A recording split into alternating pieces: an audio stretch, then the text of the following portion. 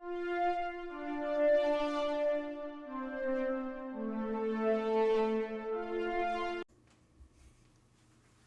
are happy to announce that this episode of the SWW show is partially brought to you by Humble Bundle. Well, not really. We are part of the Humble Bundle referral program, and we just wanted to say that if you like really cheap games and maybe helping charity pending the Humble thing going on, all you have to do is go to humblebundle.com/partner equals SWW. That's right, humblebundle.com/partner equals SWW. And you just do your normal stuff, and it just kind of helps us get a couple bucks here and there. Maybe it helps AJ get his lights. Maybe it's Mike camera. Maybe we actually pay Corey for helping us out. But again, if you're going to go buy games anyway, it might be worth checking out. Hello, everyone, and welcome back to the interview episode of the SWW show.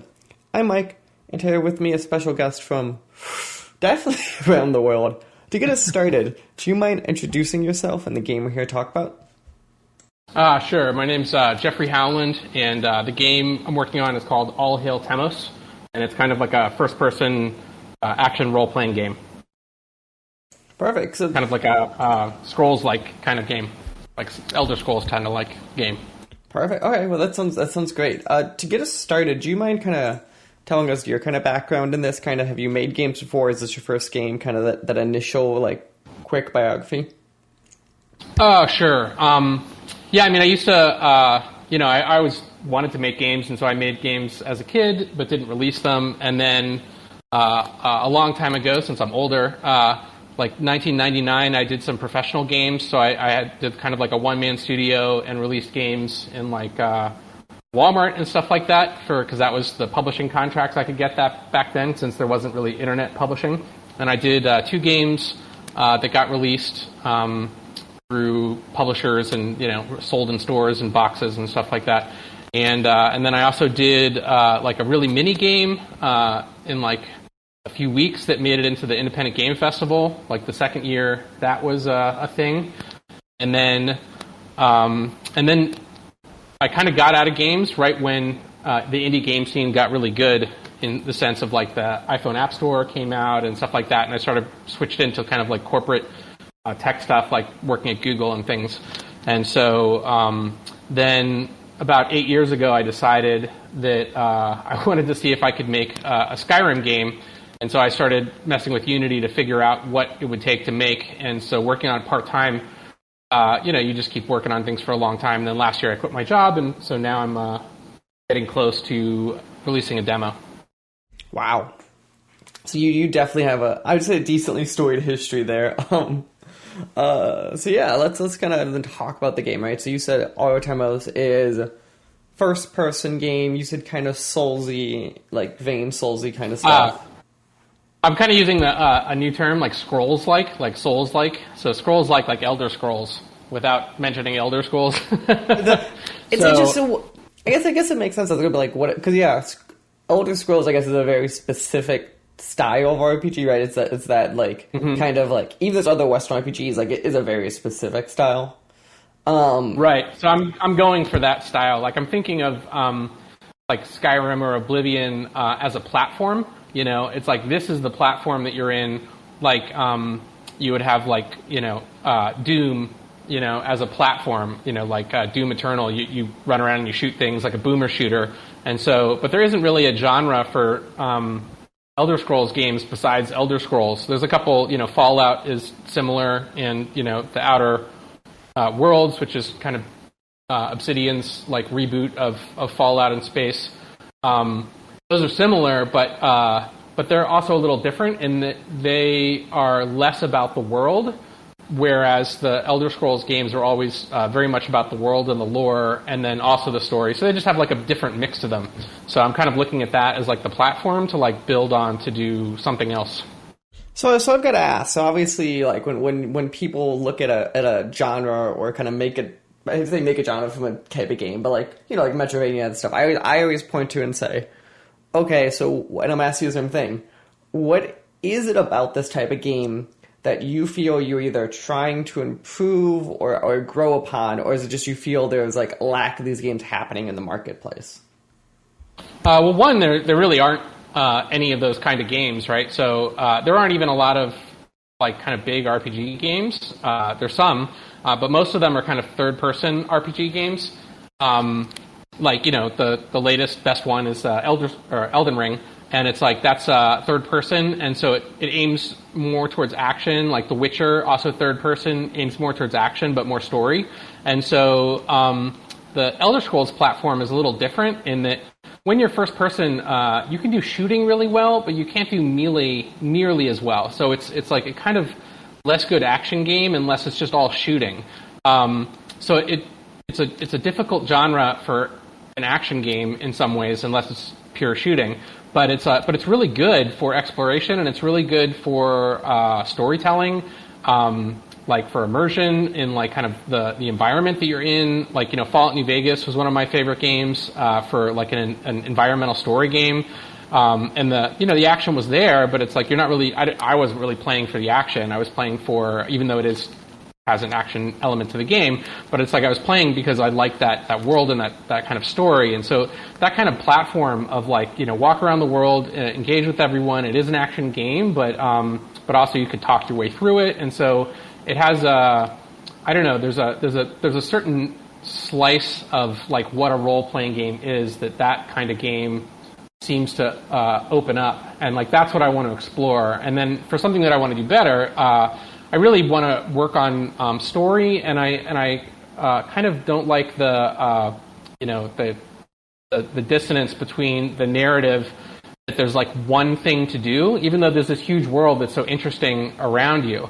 And so I kind of want to go in a different direction where there's a lot of different things to do, and the world isn't about to end. So you're not really pressured to do one specific thing. There's just a lot of things going on. They all have depth to them to different degrees. But you're kind of doing your own thing, but then there's a lot of things going along that you're helping out with. And so that's kind of my redirection, is that like in Skyrim you're the chosen one who has to stop the dragon, and in Fallout's there's like some thing you have to chase your dad, or you have to find who shot you or whatever. And so this main thread is great, but actually I think that a lot of people really enjoy the characters that they meet more, and like those character stories, and like getting into all that background stuff. And so that's kind of where I'm focusing this game, rather than on like a main story, which kind of railroads you through a little bit. So I'm just going in a different direction. It's very interesting. I'm kind of curious, so obviously as you said there, one of the things that stands out to you is that, I think it's pseudo-nearest distance, if I remember my college education right. The whole idea that Ludo, You see, you're doing something that doesn't really make sense when you think about it. But part of, I would argue, is the tension in any story. It is that level of like, this has to happen kind of thing. Even if in games we just kind of could, the jokes you just let sit for years at a time. How are you dealing with that problem though, of like with any level of questing where like if there isn't even like a fake story reason of pressure, it feels less important? Like how are you thinking about that problem? So to me, that dramatic tension that you want, that can be had everywhere, right? It's like what most games are doing is they're putting the dramatic tension on the main quest. So like in Fallout 4, for example, you want to find your baby. So everywhere you go, whether you're like, planting flowers, or you're helping out someone with something or whatever, like every time the dialogue comes up, then you have to find your baby. And so there's that narrative dissonance of like you just taking your time and doing all kinds of stuff, and then needing to find your baby, which is obviously like super dramatically important.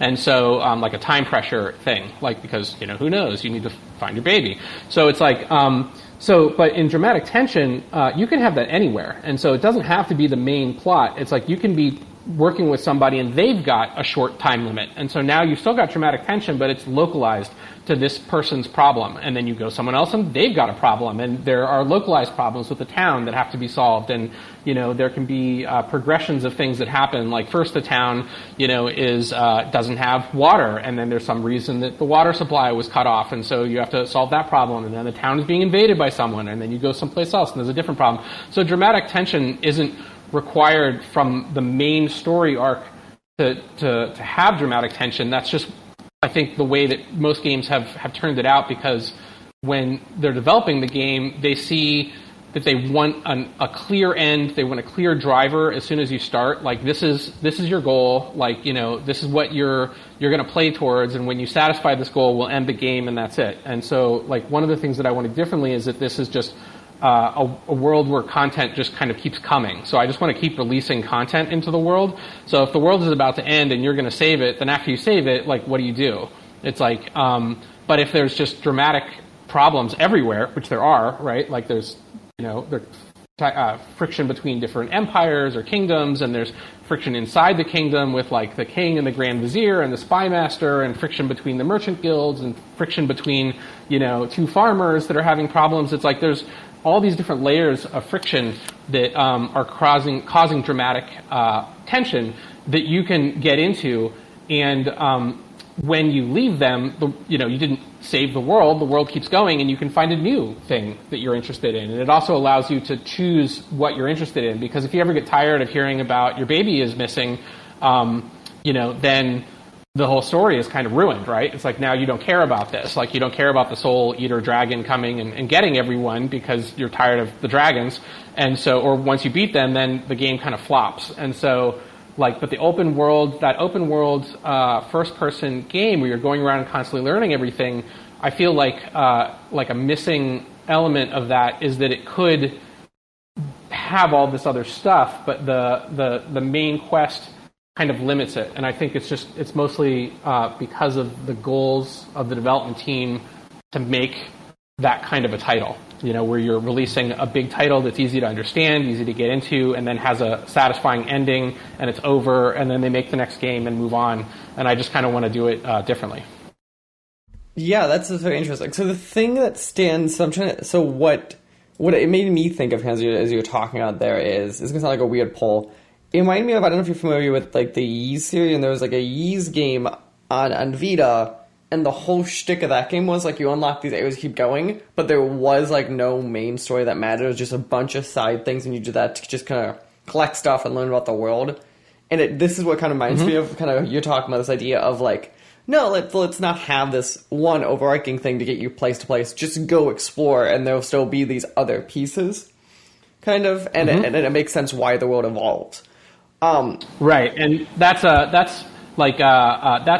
element of what I want to do, and then the other element is I want you to kind of tell your story. So one of the things that I'm doing when I'm writing the scenes is, like, instead of getting a slideshow at the end of the story, like Fallout did, where at the end you kind of see this is your impact on the world. Instead of doing that, what I'm doing instead is, as you kind of complete things, when you go to sleep, you kind of have like a dream, and you kind of recollect the things that you just went through, like you completed essentially, and you kind of make like a scrapbook of, like, you basically get a couple pictures you can choose of, like, screenshots that I take while you're playing the game, and you can pick one of them to use as kind of the memory of that snapshot, and you can kind of label it with a couple adjectives, like a little word cloud if you want to, and then that goes into kind of your slideshow. And so you're kind of making your own story as you go. And so the idea is that you're kind of telling your own adventure by going and doing all these things, and then by having a couple other systems in the game, there is a progression. So as the world moves forward, not everyone will be in, like, their initial state when you meet them. Like, they may be in an advanced state just because the world has advanced from what you've done.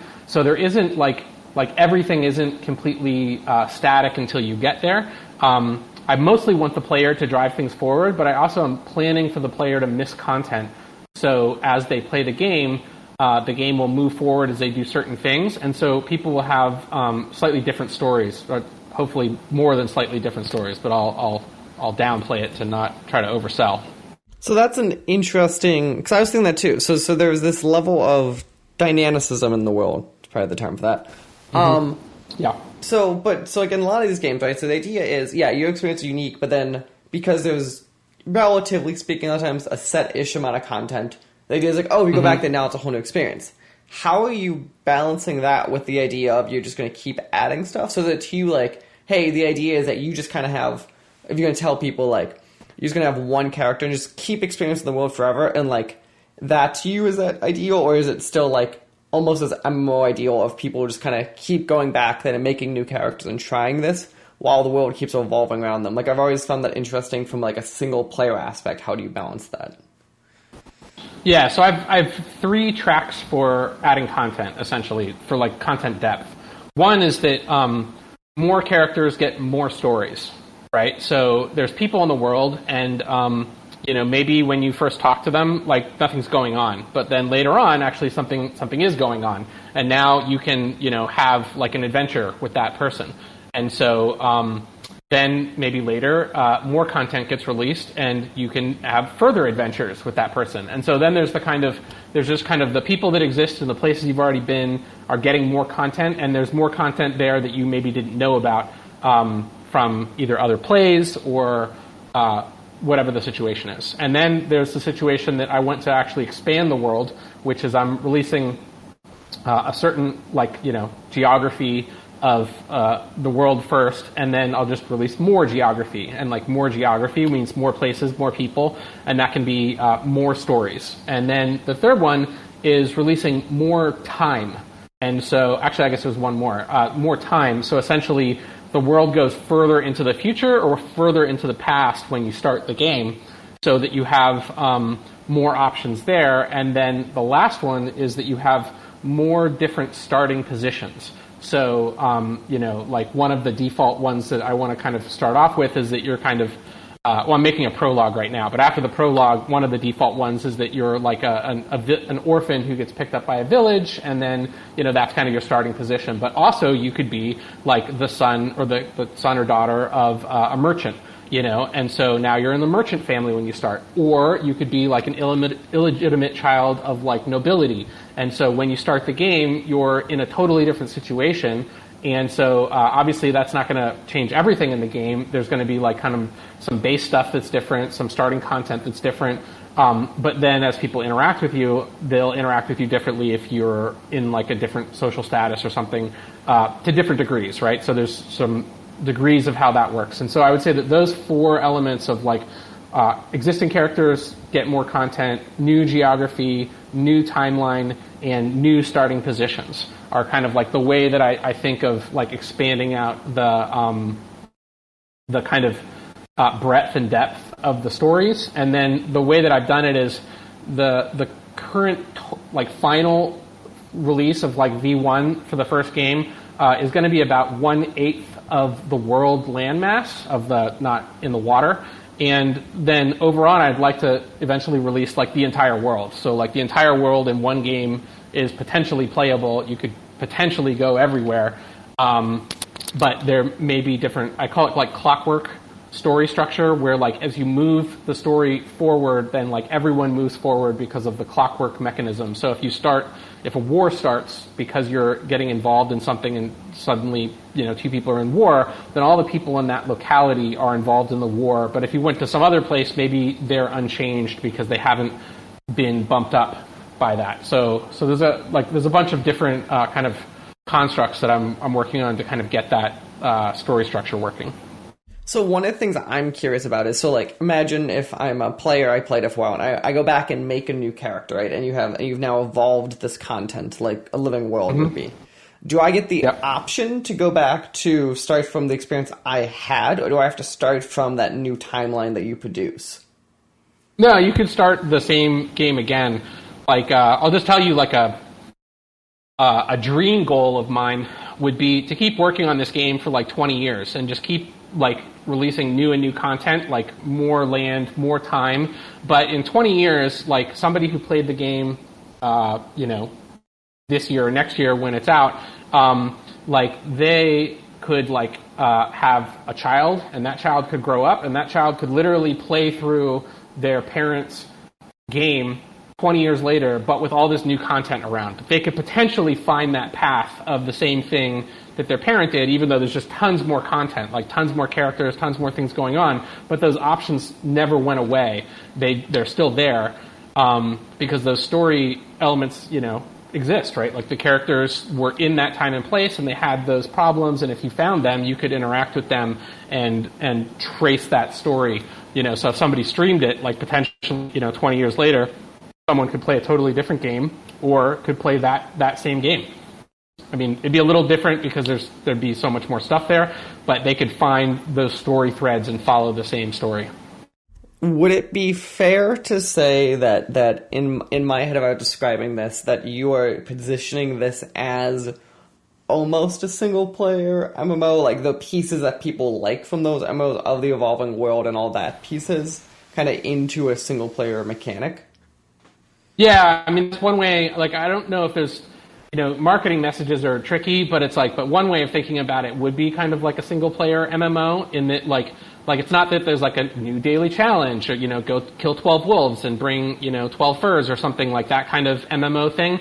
But if you think about it in the other aspects of MMOs, then definitely, like the world expands, there's more places to go, more people to talk to, more quests are added, more instances, more events, occur, like more things that you could get into. It's like, previously, somebody just sold goods, but now, this week's release, like now they have, something that came up, and it's like something like that. So that's kind of what I'm thinking, is that you just kind of, the system that I'm building is one to essentially keep inserting content into. So I'm kind of like, it's like, it doesn't sound fun when you put it that way, but from a technical perspective, it's like you have to be able to manage all of this narrative. Manage all the dialogue, manage all the assets for like what's going to happen. And so that's how I'm looking at it as the developer, is like putting this stuff together. Like I want this thing to become enormous, but it has to start small because you have to actually finish it and get it out. So it's like starting small, but I want it to just be able to keep going and going and going.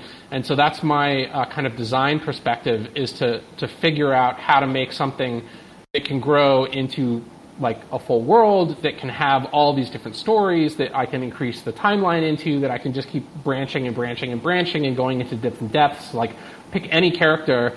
Like, one of the things that I want to do is add kind of like a public journal thing where people can adding the video blog to your stuff that they do in the game. And so there's a bunch of elements to that, but one of them is that I would know like who people like, essentially who people follow, like, and talk to and stuff. And if somebody has a little mini adventure with somebody and they go fishing and they have a good time, it's like I can add more to that because a lot of people used it, they liked it. And so, okay, I'll make more adventures with that and go different directions.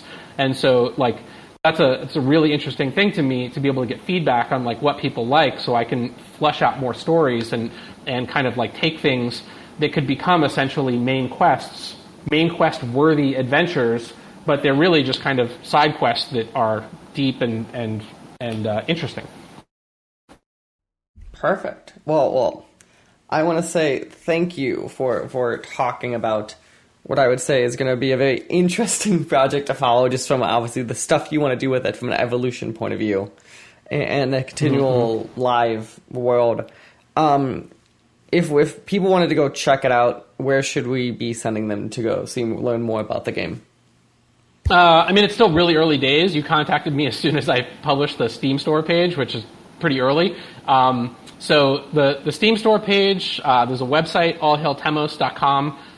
They'll be more interesting as time goes on. Right now, I haven't really, but I have like a Twitch channel that I've done a couple videos on, but it's like I've not really started there. So you kind of really got me early.